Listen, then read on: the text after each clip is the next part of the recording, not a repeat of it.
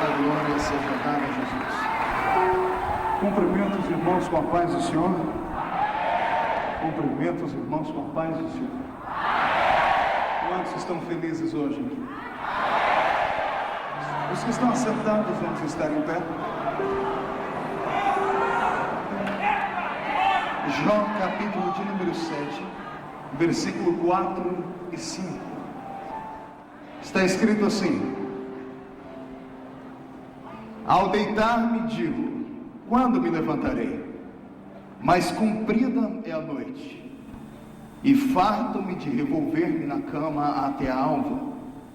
A minha carne está vestida de vermes e de crostas terrosas, e a minha pele se encrosta e de novo supura. Os meus dias são mais velozes do que a lançadeira do tecelão, e se findam sem nenhuma esperança. O quinto livro da Bíblia, livro de Deuteronômio. Abra comigo. Capítulo 34. O verso 4 do capítulo 34 do livro de Deuteronômio está escrito assim: e disse-lhe o Senhor: esta é a terra que sob juramento prometi a Abraão, a Isaque e a Jacó, dizendo: à tua descendência a darei. Eu te faço vê-la com os olhos, porém não irás para lá. E assim morreu ali Moisés, o servo do Senhor, na terra de Moabe, segundo a palavra do Senhor. E este o sepultou num vale, na terra de Moabe, de fronte de Bet-peor, e ninguém sabe até hoje o lugar da sua sepultura. E tinha Moisés a idade de 120 anos quando morreu, e não se lhe escureceram os olhos, e nem se lhe abateu o vigor. E amém. Aleluia. Olhe para cá. Antes de se assentar, levante um dedo de profeta para cima comigo. Escolha alguém do seu lado e aponte o dedo para ele.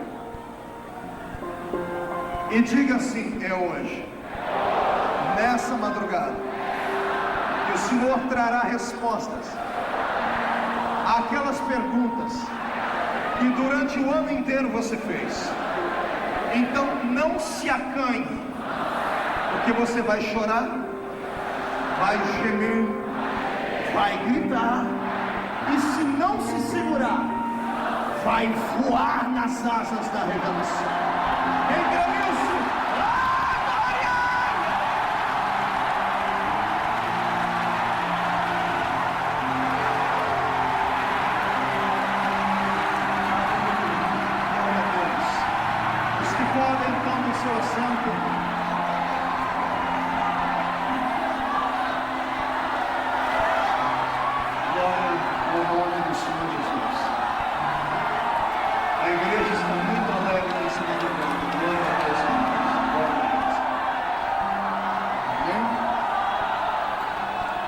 Eu vou pedir agora que você se segure um pouquinho, olhe para o seu irmão e faça assim para ele.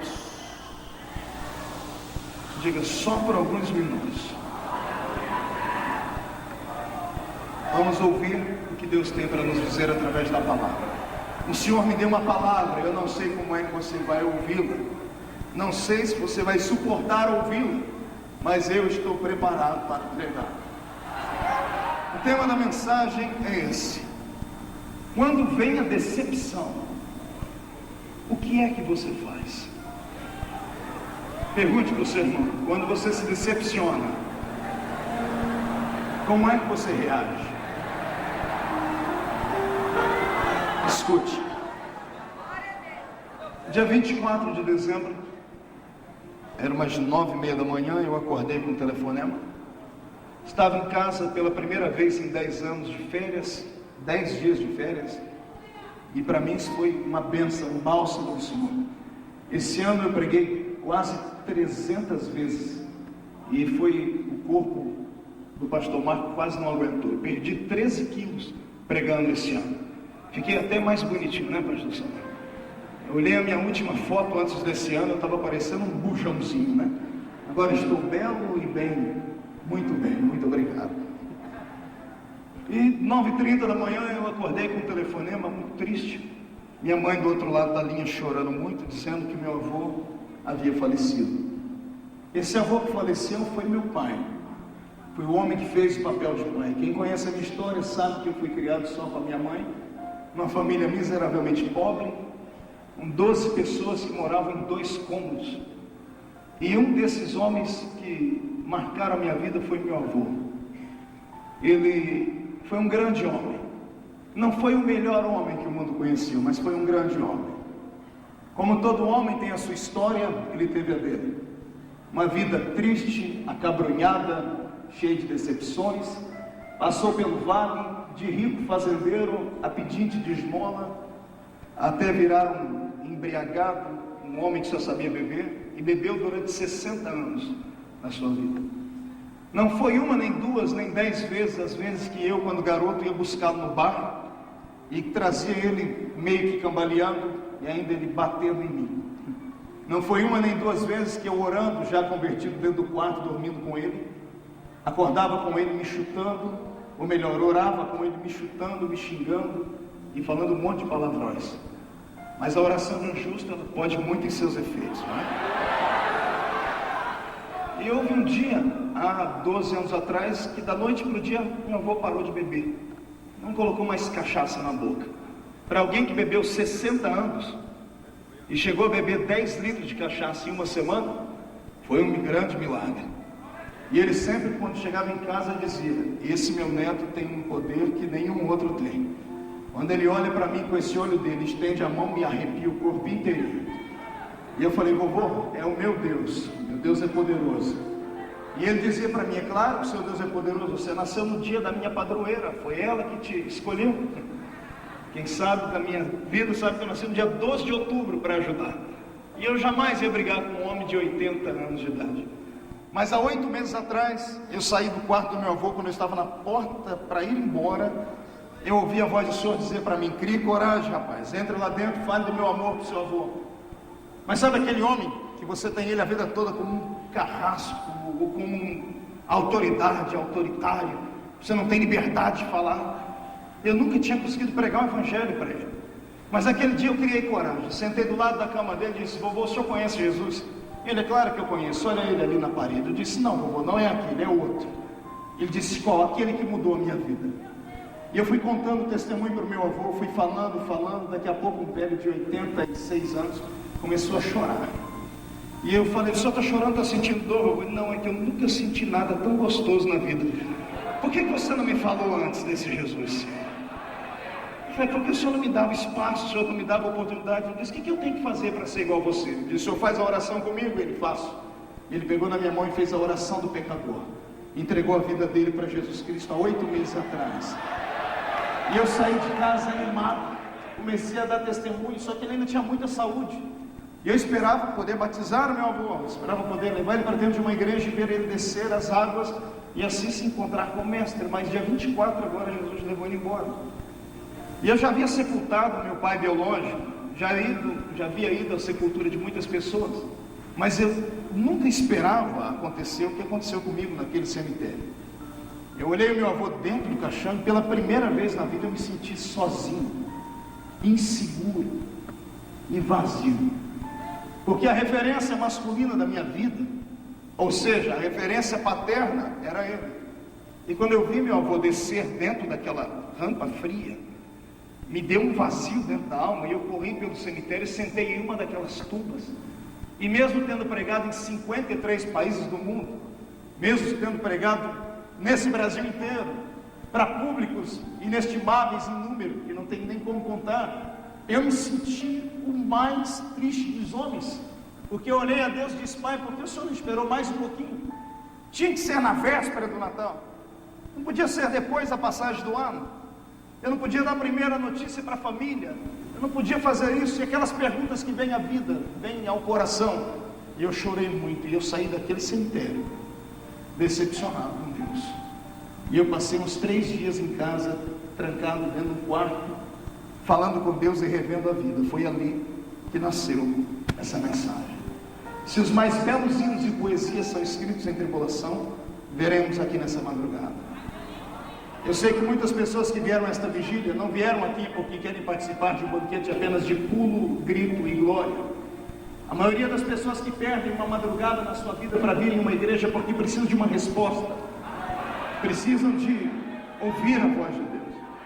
Quando vem um profeta como o pastor Samuel se levantar e chamar alguém pelo nome, ou apontar o dedo para um ou para outro, o coração dos demais chacoalha dentro do peito, dá um frio na boca do estômago da gente. Jesus, o que aquele irmão tem que eu não tenho?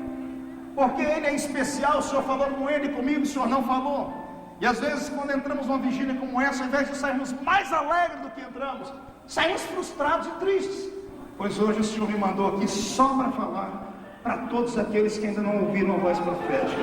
Deus nunca te abandonou, jamais vai te abandonar. E todas as decepções da sua vida Ele conhece, Ele carrega na palma da mão dele, Ele escuta, Ele trabalha, Ele tece histórias. Quem escreve o próximo capítulo da minha vida não é o diabo, não é o destino, é a boa mão de Deus. Da mesma forma com a sua vida. Eu não sei se você está orando nessa madrugada como orou Jó no capítulo 7, no verso 4 e 5, onde ele disse que a noite parece não ter fim, porque quando tudo desaba em cima da nossa cabeça, quando falta o chão debaixo dos nossos pés, quando a pessoa que nós mais amamos nos abandona, quando o nosso filho, a quem nós apostamos todas as fichas do futuro, estão doentes, quando falta ao nosso coração uma resposta, e quando Deus parece ter virado as costas para a gente, eu não sei você, mas eu me sinto um mero verme, um verme ser humano que, se pudesse ter escolhido, era melhor não ter nascido. Eu estou preparado para milagres, estou preparado para ouvir a voz de Deus, para saltar, para gritar, para falar em línguas, para profetizar, mas não estou preparado para me sentir sozinho, para saber que estou no meio de uma batalha, sendo alvejado, sendo caluniado, sendo espancado por pessoas que não entendem a minha vida, não entendem a minha história, nem entendem a minha chamada.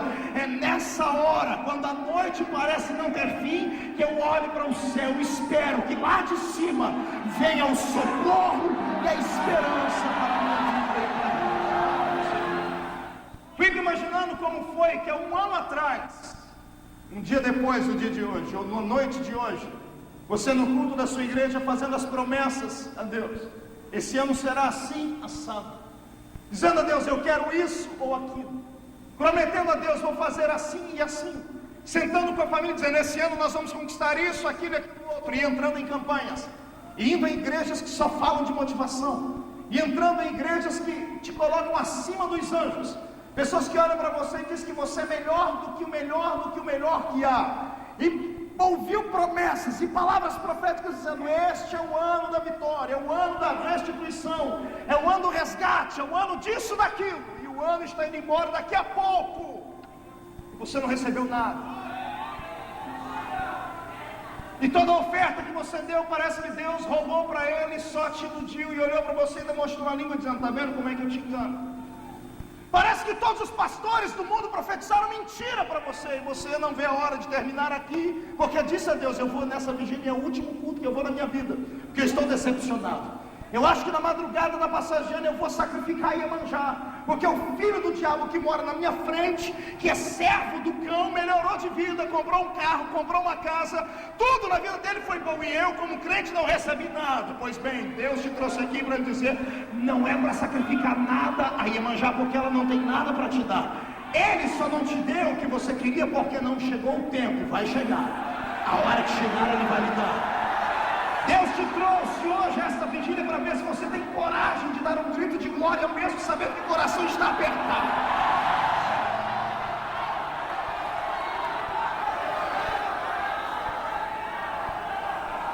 A minha Bíblia diz que Jó fazia vigílias, ele orava pelos filhos, ele sacrificava por eles, ele fazia tudo aquilo que um pai faria pelos seus filhos, pela sua vida.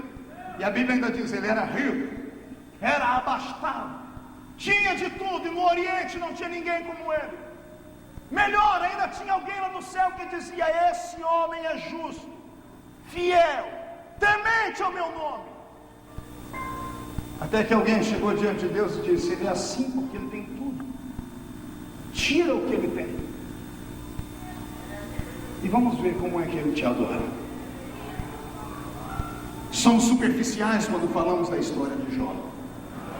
Falamos dele ter perdido 10 filhos como se a gente tivesse perdido uma moeda.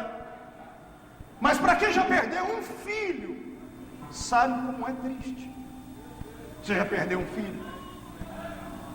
Você já viu o fruto do seu ventre numa cama de pedra, no subsolo de um hospital, com sangue pelo nariz, e alguém com um caixãozinho branco do lado, arrumando o bebê para você colocar dentro daquele caixãozinho, e você tem que pegar ele nas costas, ir para o cemitério, enterrar? Você sabe o que é isso? Então você não entende o que Jó passou, porque ele não enterrou um filho, ele enterrou 10. Ele pegou na alça de 10 caixões, partiu para o cemitério, e ele ainda olhava para cima e dizia: e eu sei que o meu Redentor vive.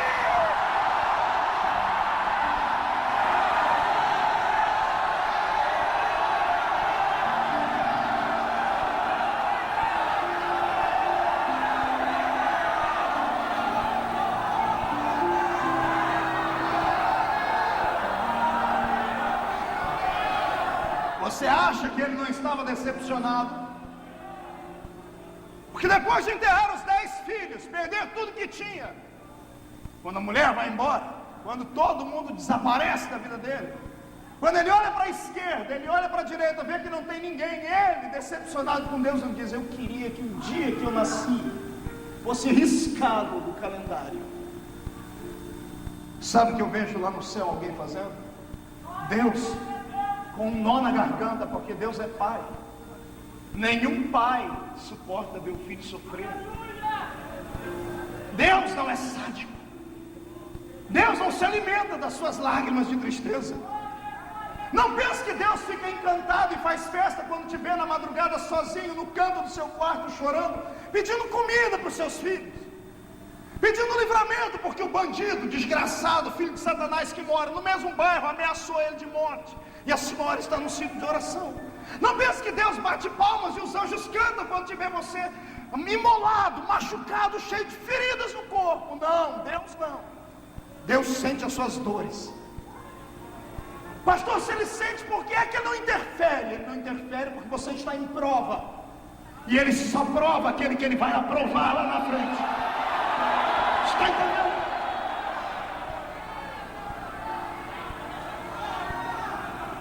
A tua decepção e a tua lágrima foram as últimas coisas que Deus prepararam para este ano, para que ele possa começar o ano de uma nova forma.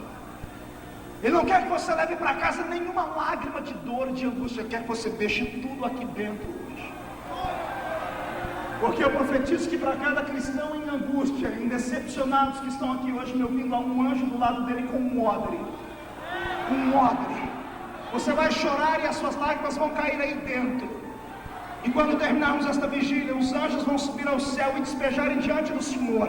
E o cálice da angústia vai se derramar diante de Deus.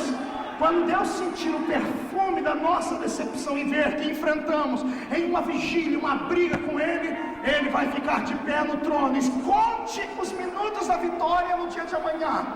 Eu profetizo que quando você acordar no dia de amanhã, o sol vai brilhar mais forte, a flor vai ter um perfume melhor, os seus inimigos serão abatidos e o tempo de vitória chegará. Quem acredita nisso, glorifica!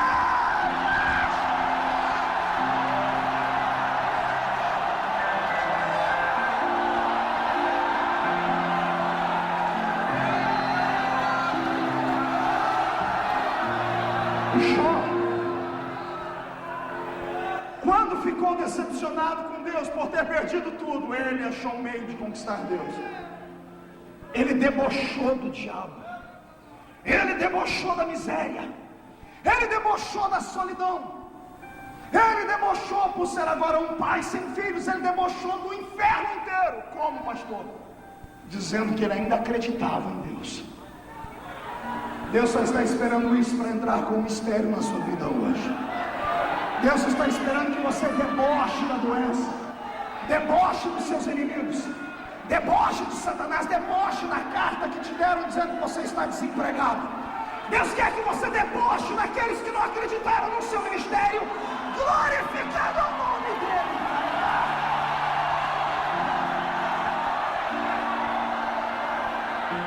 Mão direita para cima. Coloque a mão no ombro do irmão que está do seu lado, por favor.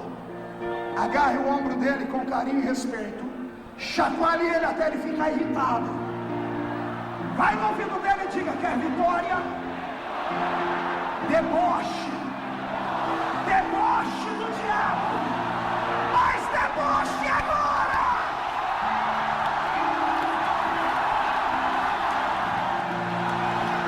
Toma aí, Satanás. Cai fora, Satanás. Estamos em guerra.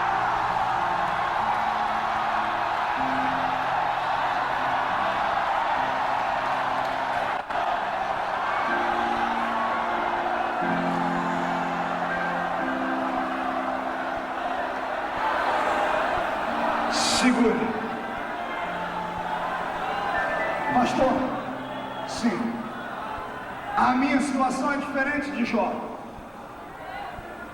Eu não perdi riqueza, filhos nem mulher. O que foi que você perdeu? Eu perdi a liberdade. Eu estou cativo. Cativo pela minha consciência. Estou cativo pela culpa. Estou cativo pelos homens que me prenderam em um lugar onde eu não queria estar. Estou abandonado. E eu não ouço a voz de Deus tem mais de 2 anos. Tem um homem na Bíblia que ficou cativo tanto tempo quanto você. José era o nome dele. 2 anos dentro de um calabouço. 2 anos dentro de onde?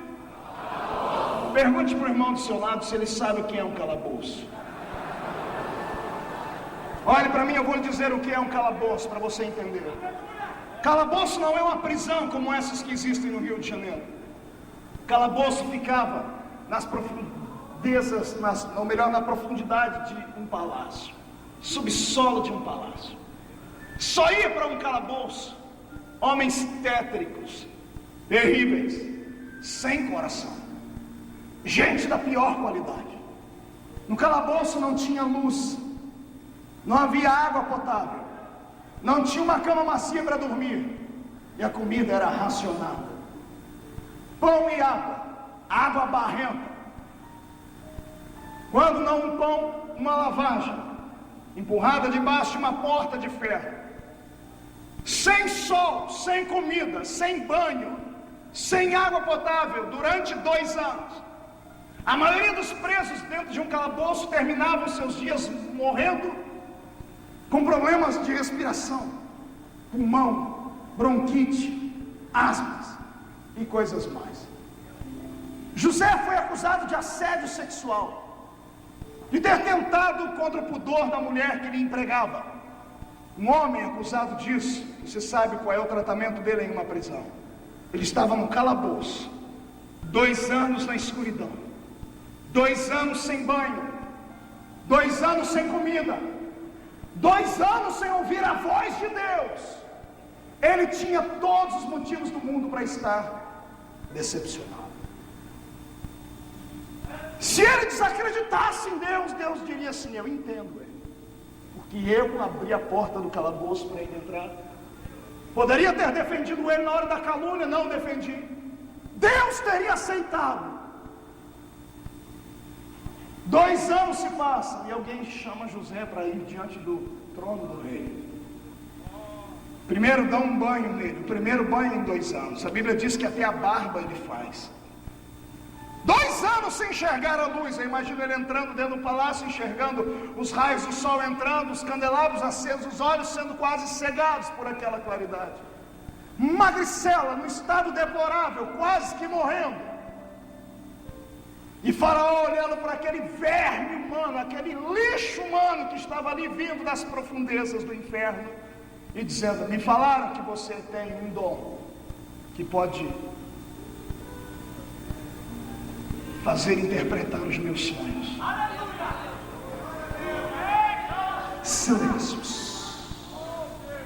Deus está no trono olhando para José e vendo, quero ver o que ele vai fazer agora, porque decepcionado ele está. José poderia ter olhado para aquele faraó e dito assim: eu não sei do que o Senhor está falando, meus dias na terra estão terminando, eu quero voltar para o calabouço e morrer em paz. Ele poderia ter dito: um dia eu tive esse dom aí, tinha um Deus que me deu, mas esse Deus é ruim porque ele me abandonou na hora que eu mais precisei dele. Ele poderia dizer assim: eu sou ateu, eu não acredito nisso, eu sou agnóstico, eu não entendo nada de misticismo, me deixe voltar lá para o meu calabouço. Sabe o que é que José faz na hora da decepção? Ele surpreende Deus. Como é, pastor? Ele surpreende Deus. De que jeito? Quando o faraó diz: me disseram que você tem um dom de interpretar o meu sonho, ele abaixa a cabeça e diz: eu não, mas o Deus a quem eu sirvo.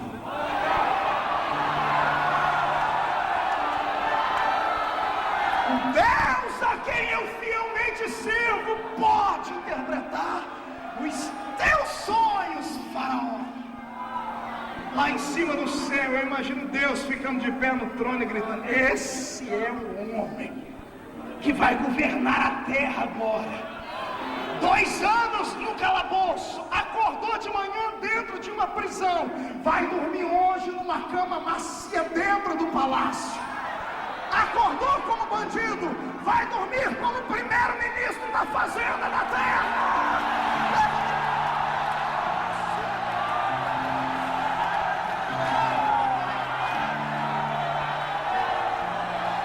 Surpreenda Deus. Pastor, como é? Surpreenda Deus. Se é que é possível surpreender. Como, pastor? Faça aquilo que ele jamais imaginou que você faria hoje. Pastor, eu estou sem saúde, faça alguma coisa para chamar a atenção dele. Sei lá, planta bananeira, grita, profetiza, diz que ama, começa a mandar beijo pro céu, chama a atenção dele, sai daqui, oferta, dizima, atrai a presença dele para sua vida.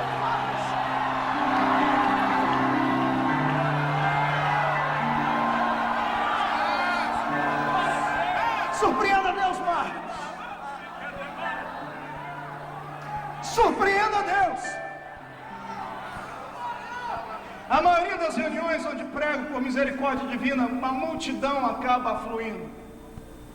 E eu sinceramente não sei por que as pessoas vêm me ouvir, porque eu sou um pregador muito limitado.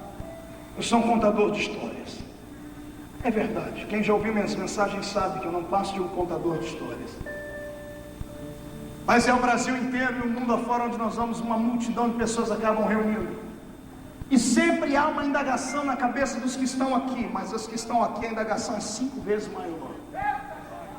Porque os que estão aqui, quando olham para mim, me veem como um espelho, dizendo assim: se ele chegou, eu posso chegar. E a maioria dos que estão aqui diz assim: como é que ele chegou aqui? Tão pouco.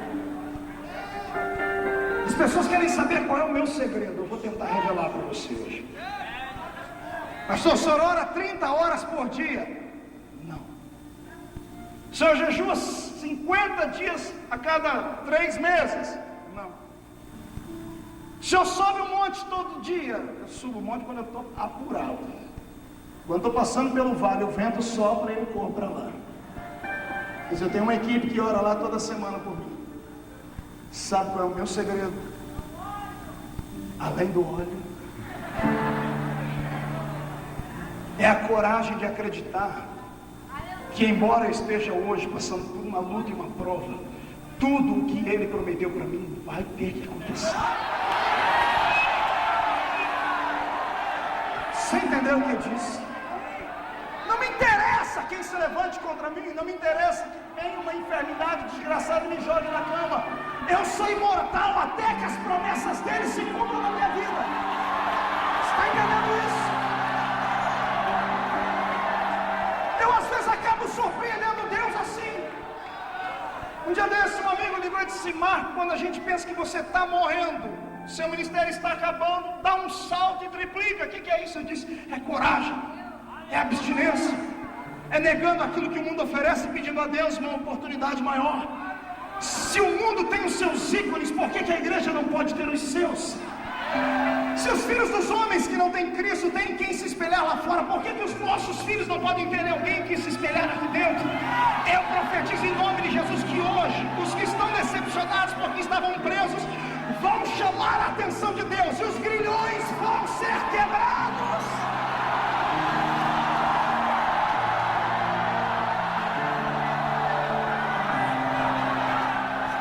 Escute.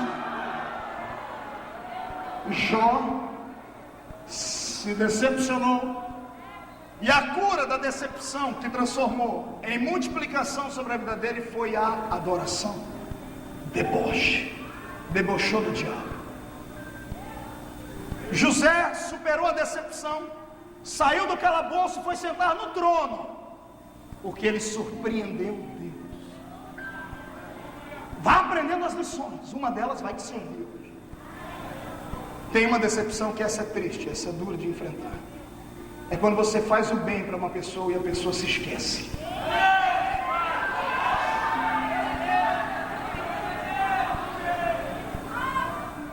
E a pessoa que podia te ajudar parece que te abandona.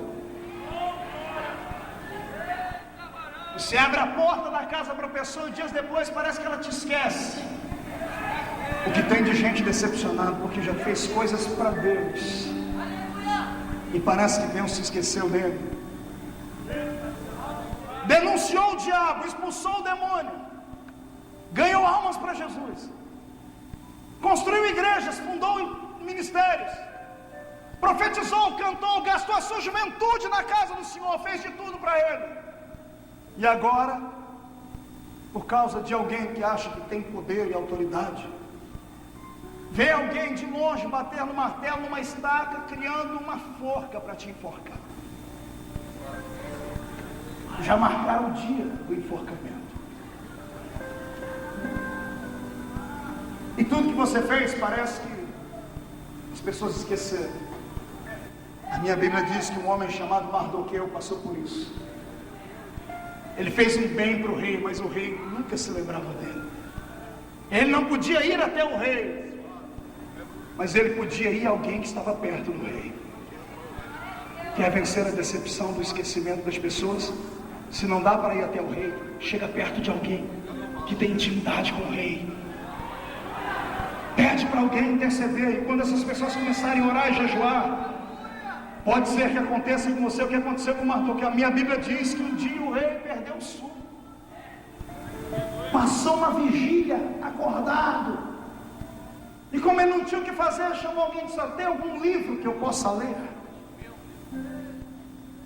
E alguém traz um livro das crônicas reais, tudo que as pessoas haviam feito pelo rei. Lá ele encontra o nome de um rapaz, Mardoqueu.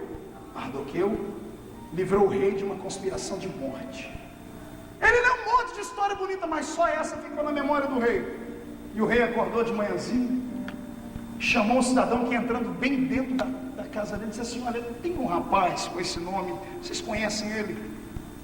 A notícia chega no ouvido da rainha, que era a mulher a quem o rei amava.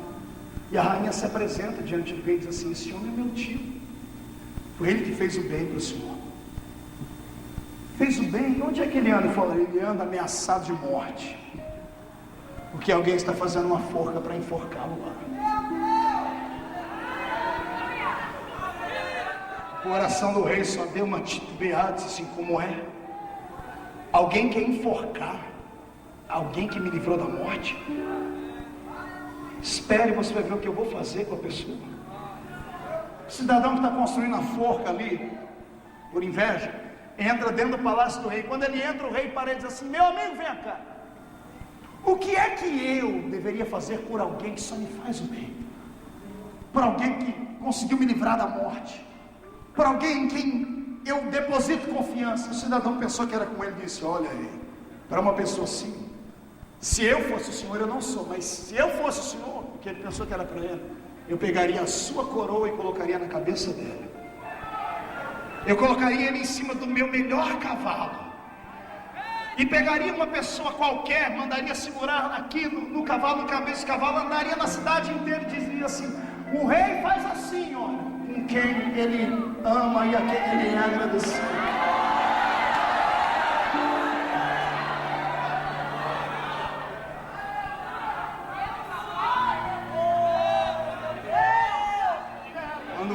acaba de dizer essas palavras, o moço acaba de dizer essas palavras, o rei diz: é isso que nós vamos fazer agora.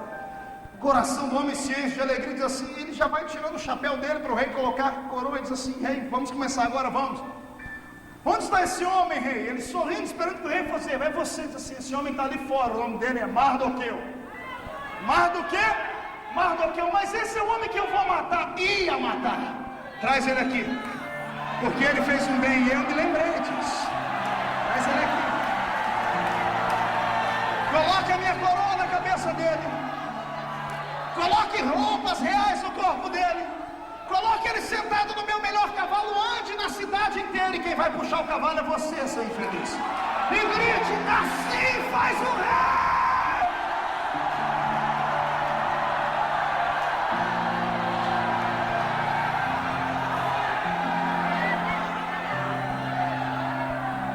Você já estaria feliz e contente se Deus fizesse isso com seu inimigo? Mas Deus não vai fazer isso, Deus vai fazer muito mais.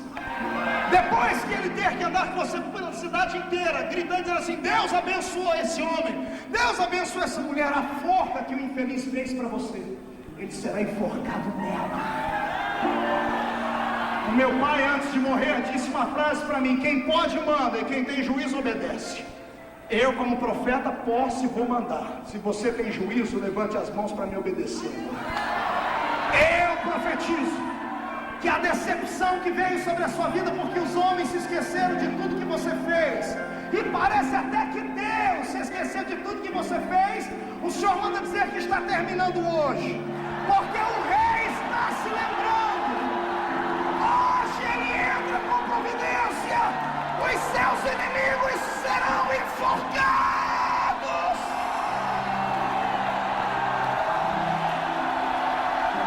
Quem está preparado para um milagre, feche as duas mãos, traga no peito e receba de presente a coroa da justiça que te põe de pé.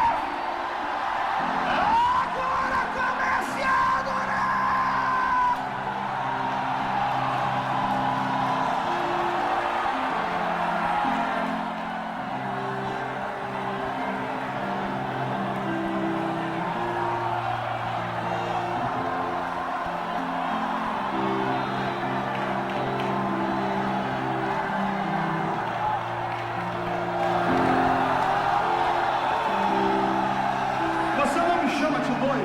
Promete não me chamar de louco? Quem promete não me chamar de louco? Promete? Porque eu estou ouvindo barulho de carruagens reais. Estão chegando carruagens, vão parar aí fora. O que vai ter de gente que vai sentar numa carruagem do Senhor hoje, vai voltar para casa de cabeça erguida, será exaltado pelo Rei. O tempo da alegria chegou.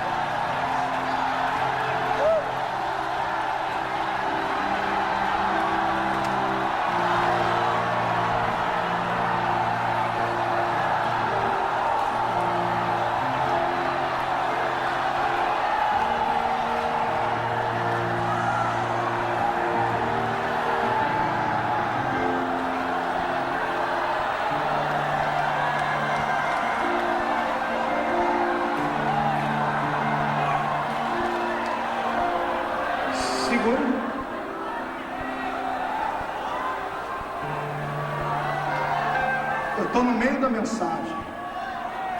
Dá uma olhadinha para o irmão que está do seu lado e vê se ele já está pelo menos pela metade de pé. A cotovela ele diz para ele: a decepção acaba hoje.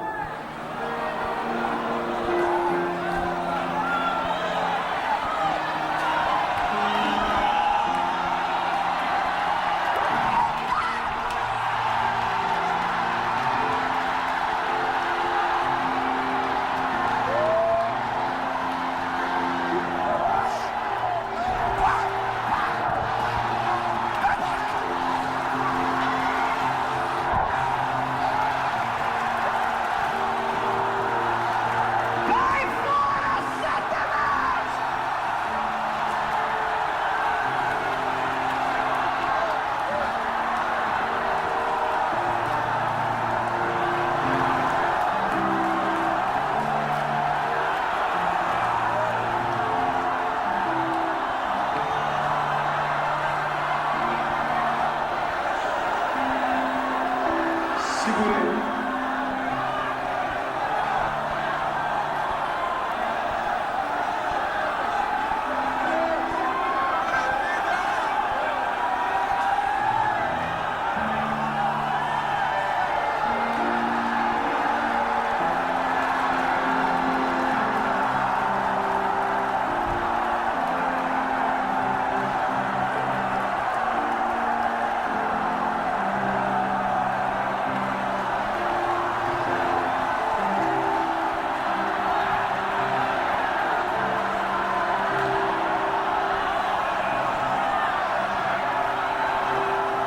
Quando você está decepcionado, o que é que você faz? Jó glorificou a Deus debochando do diabo. José surpreendeu Deus. Mardoqueu procurou ajuda para quem podia. Agora eu vou lhe contar uma história que é igualzinha a sua. Imagine você nascer de uma família real, família rica, Neto de rei, filho de príncipe, herdeiro de um trono. Meu Deus! mas por infelicidade, alguém, na tentativa de socorrer você da morte, tropeça e cai em cima das suas pernas na escada do palácio e quebra as suas pernas. E você passa a vida inteira aleijado, vivendo daquilo que os outros te dão para viver, dependendo das pessoas para te darem um banho, para te levar ao banheiro, e você saber que a sua história é uma história que tinha tudo para dar certo, mas deu tudo errado. E você ter todos os motivos do mundo para debochar e dizer assim: Deus, o Senhor não presta, o Senhor não vale nada, porque o que é que eu tenho a ver com o pecado do meu avô? O que é que eu tenho a ver com o pecado do meu pai? Eu quero aqui na autoridade de Jesus orar com essa igreja e dizer a você que é pentecostal, que crê na Bíblia, para não deixar nenhum mercantilista da fé, essas igrejolas que existem por aí, que ficam falando que você tem que ser, os demônios têm que sair da sua vida em dose homeopática, tem que fazer uma campanha de 800 mil semanas para os demônios saírem da sua vida, que você está herdando a doença que veio do seu pai, do seu avô, do seu tataravô, que morava, era descendente do homem de Neandertal das cavernas, que foi achado lá no Suriname. Eu quero que você quebre essas pragas em nome de Jesus e traga para a sua vida o que está escrito na Bíblia: nenhuma condenação há para os que estão em Cristo Jesus, nosso Senhor.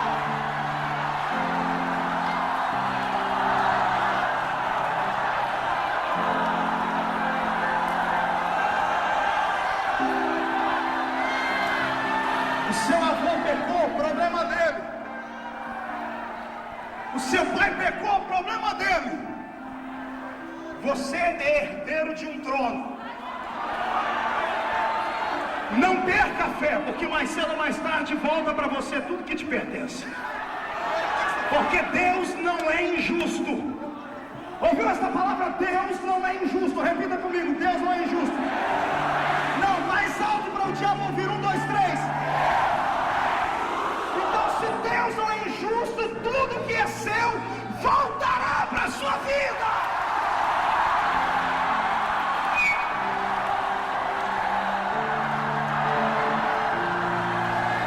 Pastor, nesse caso, o que é que eu faço com a minha decepção?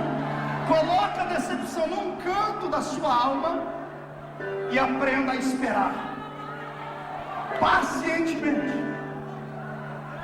Não dê um passo fora da vontade de Deus. Não murmure contra Ele, aguarde, espere. Se você acredita que você é descendente de rei, fique tranquilo, o cetro vai vir para sua mão. Você crê nisso?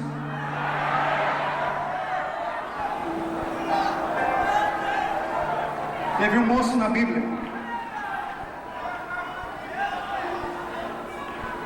que foi um herói em Israel.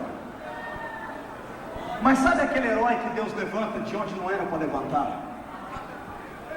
Sabe aquela pessoa que não era para ser, mas Deus fez ela ser? Aquela pessoa que assusta todo mundo.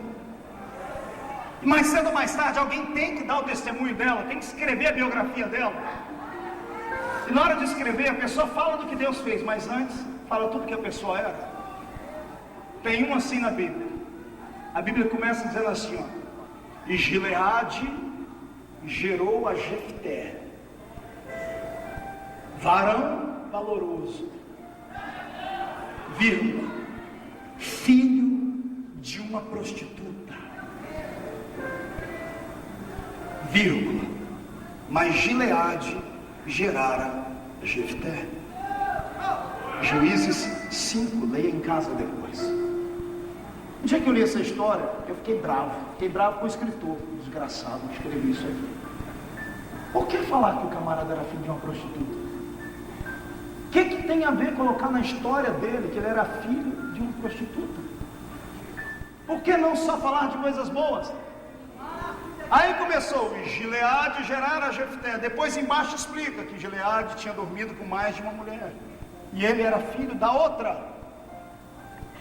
Ou seja, o filho que ninguém queria, o filho bastardo. O que tem de gente aqui que não consegue conquistar nada na vida só por causa disso. Porque quando pega o seu RG é igual o meu, no nome do pai tem 2 risquinhos. A minha maior tristeza quando eu chego no aeroporto é só essa, onde eu tenho que mostrar o meu RG. Porque lá atrás está o nome da minha mãe, Lúcia Maria Feliciano. O nome do pai, 2 risquinhos. Eu nasci na época que não era obrigado por o nome do pai, então eu era um problema para minha família. Filho bastardo. Minha mãe era chamada de prostituta. Porque tem de gente aqui assim, que o diabo conseguiu te vencer por causa do seu passado. E você às vezes está decepcionado com o seu passado. Sabe por que você nunca cresce? Você parece caranguejo, só olha para trás. Você transformou o seu passado em um chapéu sombreiro mexicano. Hasta la vista, amigo. Colocou ele em cima da sua cabeça. E o seu passado pesa e te faz andar assim, encurvado. Um dia o meu passado foi chapéu sombreiro. Sabe o que eu fiz com ele depois que conheci Jesus? Eu rasguei o chapéu e transformei ele em tapete. E o que pesava, eu comecei a limpar o pé em cima. Ou você levanta hoje e pega a sua biografia e diz assim: tudo bem, filho de uma prostituta, mas quem me gerou foi Gileade. Mas então o que tem a ver Gileade? Interpretação bíblica, hermenêutica, espiritualidade. Gileade, quando nós precisamos de um bálsamo, de onde é que nós pedimos o bálsamo? Bálsamo de Gileade é o óleo que vem curar as feridas. Reescreva a sua história. Gileade gerara Jefté. A unção, o óleo gerou Jefté. Não interessa como foi, você foi gerado pelo óleo de Deus. Você não foi gerado por Deus na igreja agora, 2 anos, quando você aceitou Jesus. Você não caiu na igreja de paraquedas. Você foi escolhido no ventre da sua mãe. Você foi gerado pelo mestre. No meio do caminho virou filho de uma prostituta, mas não tem problema. Quem fez a biografia vai ter que terminar escrevendo: porém, Gileade gerara a Jefté.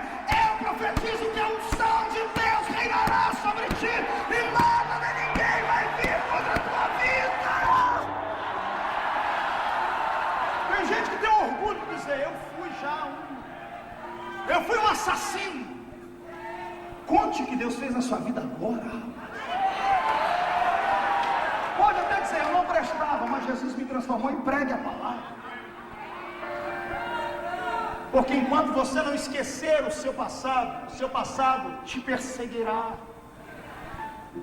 É por isso que a maioria das pessoas que foram acabam voltando, porque alimentam o seu subconsciente com aquilo que fizeram. E o diabo usa isso como uma arma psicológica contra elas, e elas nunca esquecem o que foram. Está ouvindo isso? Isso aqui é uma palavra de Deus para a sua vida. Pare de sentir orgulho de ter sido isso, de ter desfilado naquilo, de ter feito. Pare! Me mostre agora o que Deus fez na sua vida.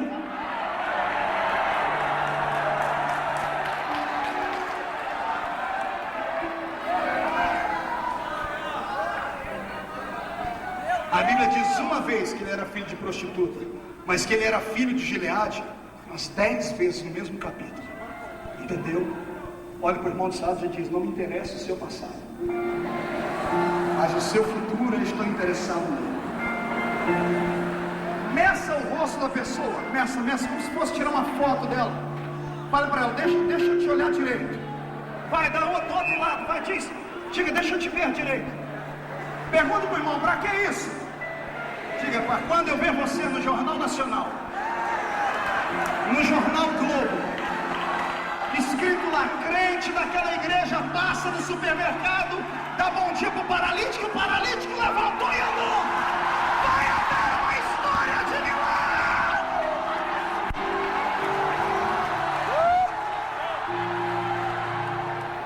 Porque a unção que te gerou vai te levantar no tempo certo.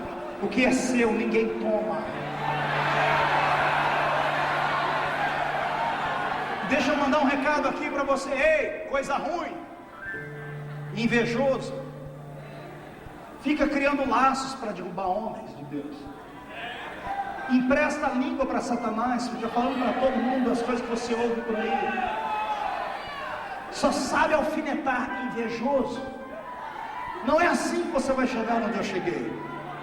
Aliás, se continuar assim, você nunca vai chegar a lugar nenhum. Vai ser sempre repórter de Satanás. Porque o que Deus fez para mim, meu amigo, é intocável. Assim como o que Deus fez para você é intocável. Ninguém te queima. Não tem homem nessa terra que te queime. Não tem demônio no inferno que te queime. Só Deus pode lhe queimar. E a única forma que Deus vai lhe queimar é lhe encher de gozo nessa noite e fazer você sair daqui brilhando com a glória dele.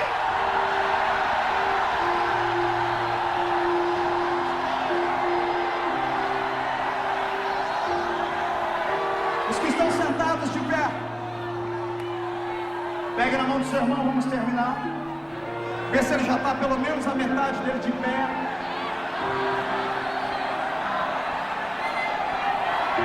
Olhe para ele e diga assim: agora ou você voa ou você morre. Olhe para cá. Deuteronômio capítulo 34. Um dos capítulos mais tristes da Bíblia. Um homem que lutou 80 anos por um sonho. E o sonho dele era nobre. O sonho dele, pastor, não era ficar rico, não era ficar milionário nem ser famoso.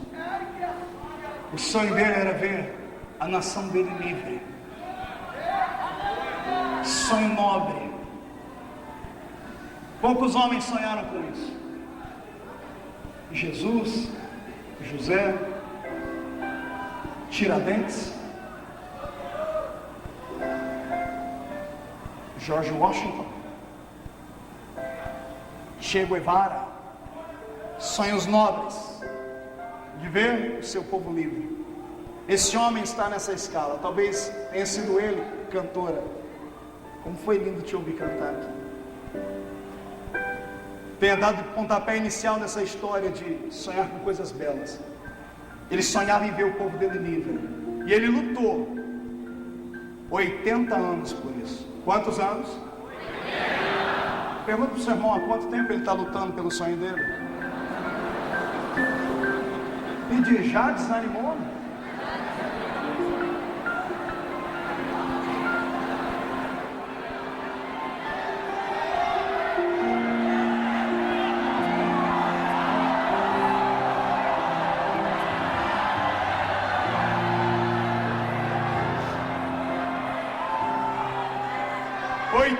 Anos depois, ele acordava antes de todo mundo. Ele estava decepcionado. Pergunte para mim, por quê? 5:30 da manhã. Porque às 6 da manhã todo judeu tinha que acordar para pegar um maná. A padaria do céu funcionava até às 5:30 da manhã. 5:30 da manhã os padeiros celestes desciam e colocavam maná na porta da tenda. Tinham que acordar, pegar o maná às 6 da manhã, porque senão ele derretia. Ele acordava às 5:30 da manhã mais cedo para olhar o povo. Ele tem 120 anos. Acordou às 5:30 da manhã, está limpando o rosto, ele ouve uma voz. Moisés. Pois não, senhor. Tudo bem? Vai indo. Parece estar triste, Moisés. É impressão sua. Eu estou assim há 80 anos. Sobe aqui para a gente conversar. Posso levar alguém comigo? Não. Mas só eu e você. Tudo bem. O senhor espera, eu não sou o garotão de 80 anos que subia um monte em 6 horas. Vai demorar um pouquinho mais. Sem problema, eu espero você chegar, vem. E a minha Bíblia diz que Moisés sobe até o cume do Monte Pisga, de frente de Jericó. Quando ele está lá em cima, Deus desce sobre ele em cima da sua Shekinah. Relâmpagos e trovões, pastor Samuel. E eu imagino um diálogo entre Deus e ele. Você tem, Moisés? Senhor, a gente é amigo, não é? Não tive nenhum amigo como você. Está escrito na Bíblia isso. Na lápide de Moisés foi escrito: e não houve homem como Moisés, com quem Deus falasse face a face, como quem fala a um amigo. E amigo tem liberdade. Senhor, estou desanimado, decepcionado. Por quê, filho? Porque eu falei para todo mundo que eles iam entrar na terra. E faz 80 anos que eu luto pela terra e nunca chego lá. Eu errei o caminho. Eram 40 dias a pé. Virou 40 anos. Faz 80 anos que eu estou nessa peleja. 40 só nesse deserto. Pai, eu vou morrer e não vou ver a terra. E Deus olha para ele e diz: tem uma surpresa para você hoje. Que surpresa? Levanta os olhos e olhe para frente. O que é que você vê? Eu imagino só nuvens daqui de cima, pai. Ô Moisés, desculpa, deixa eu tirar as nuvens daí.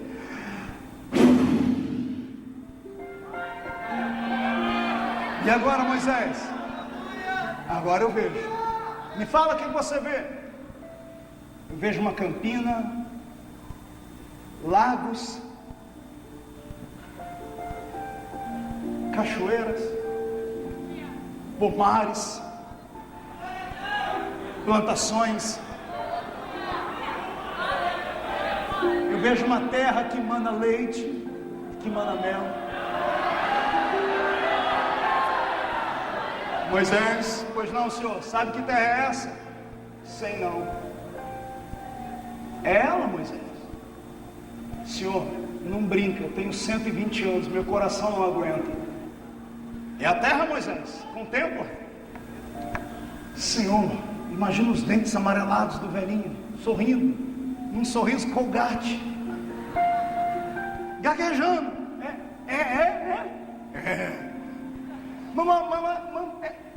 É ela, Moisés. Eu prometi a Abraão, Isaac e Jacó é a terra. Senhor, me dá licença, posso descer, vou preparar o povo. Calma, Moisés, para que a pressa? Eu tenho que preparar o povo para entrar na terra. Moisés, calma. Você está andando 40 anos, mais um dia não faz diferença. Conta para mim, o que você vai fazer quando entrar lá? Senhor, como não tem ninguém me vendo, eu acho que eu mereço escolher um pedacinho bom da terra. Eu quero escolher aquela campina, fazer uma casa, uma cadeira de balanço. Vou passar o resto dos meus dias pescando naquele rio, vendo os meus netos, os meus filhos crescerem na terra e curtindo, Senhor, aquilo que os velhinhos curtem no fim da idade. O que, Moisés? Artrite, artrose, osteoporose, reumatismo, cataratas.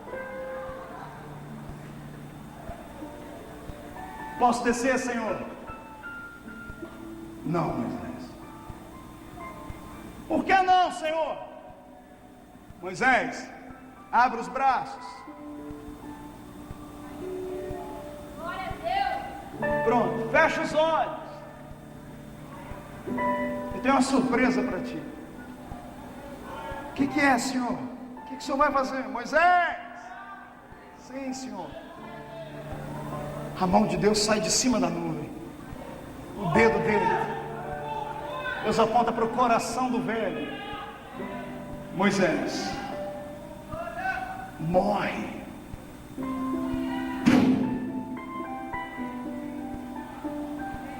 Não deu tempo nem de abrir o olho. E a minha Bíblia diz: e morreu Moisés, com a idade de 120 anos, e não entrou na terra. Aperte a mão do seu irmão para ver se ele está acordado. Diga para ele: você acha justo isso? Você acha justo isso, pastor Samuel? Ah, desculpe, aí vai vir os crentes santarrões de plantão. Quem mandou ele bater na pedra? Vá catar coquinho, infeliz. Mas as pequeninas coisas nos impedirão de chegar lá. Ah, Jesus, se for assim, ninguém entra lá, meu irmão. A salvação não é por obras, não é pelo que você faz, é pelo que Ele fez.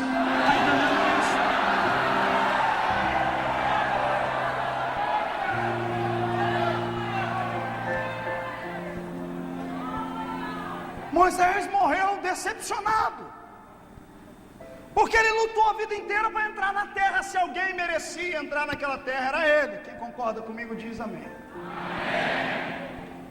Mas ele não entrou. E aí? Você vai jogar pedra em Deus? Vai falar que Deus é injusto? Você está preparado para Deus não te dar aquilo que você quer?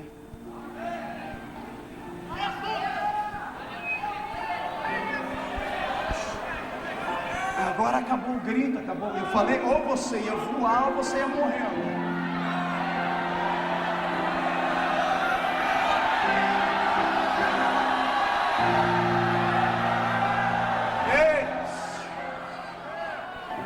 Não precisa ser hipócrita,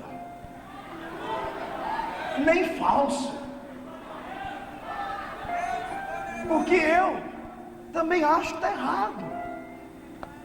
E por isso eu briguei com Deus. Alguém tem que brigar com Ele, às vezes, para Ele revelar algumas coisas para a gente. E eu briguei com Deus, pastor Samuel. Eu falei: Deus, por que Moisés não entrou lá? Não vem com a história da pedra que eu não engulo aquilo. Por que ele não entrou lá, Senhor? O Senhor disse: ele não entrou lá porque aquele era o sonho dele.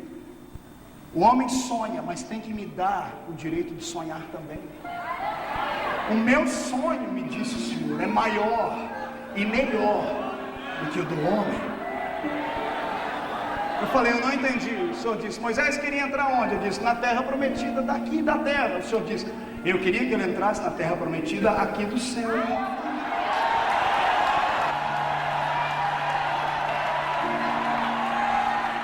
Não, você deu glória. Então esse povo vai ser arrebatado quando eu contar a revelação completa. Aperte a mão do irmão e diga assim para ele: para quem se contenta com pouco, está dada a resposta. Deus queria que ele entrasse no céu, e o céu é o final de todo mundo. Mas e o sonho dele? Ele queria entrar na terra. E quem disse que ele não entrou? Quando Deus faz uma promessa para alguém, às vezes ele é obrigado a quebrar algumas leis que ele estabeleceu, só para a promessa se cumprir na vida da pessoa. Hebreus 9:27. Quem lembra o que está escrito lá? Ao homem está ordenado morrer. Vindo depois disto, ao homem está ordenado. Vindo depois disto, Moisés morreu. Tinha que aguardar o quê? Eu fui ler a Bíblia e o Senhor falou para mim: quanto tempo Moisés ficou morto, Marco? Aí eu fiquei doido. Eu tive que ler a Bíblia 18 vezes, capa a capa, para entender que Moisés não ficou nem 5 minutos morto. Agora eu brigo com os doutores da lei de plantão. Agora eu posso, sou doutor em divindades, terminei meu curso nos Estados Unidos, tem 6 meses, agora eu posso. Moisés não ficou nem 5 minutos morto. Antes que o corpo dele caísse na terra, quando ele abriu o olho para dizer: Deus, eu estou decepcionado, ele estava diante do trono de Deus. E Deus, com um sorriso, é uma chips, e os braços abertos, dizendo para ele: bem-vindo ao céu, Moisés. Bem-vindo à terra que mana leite e mel para si.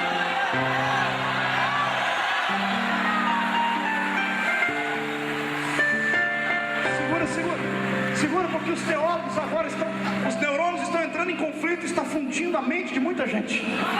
Está saindo fumacinha agora. Pastor, mas está escrito que o Senhor sepultou Moisés. É aí que está. A palavra sepultar tem vários significados, e um deles é esse: esconder. Porque Satanás, lá no livro de Judas, está discutindo com Miguel: cadê o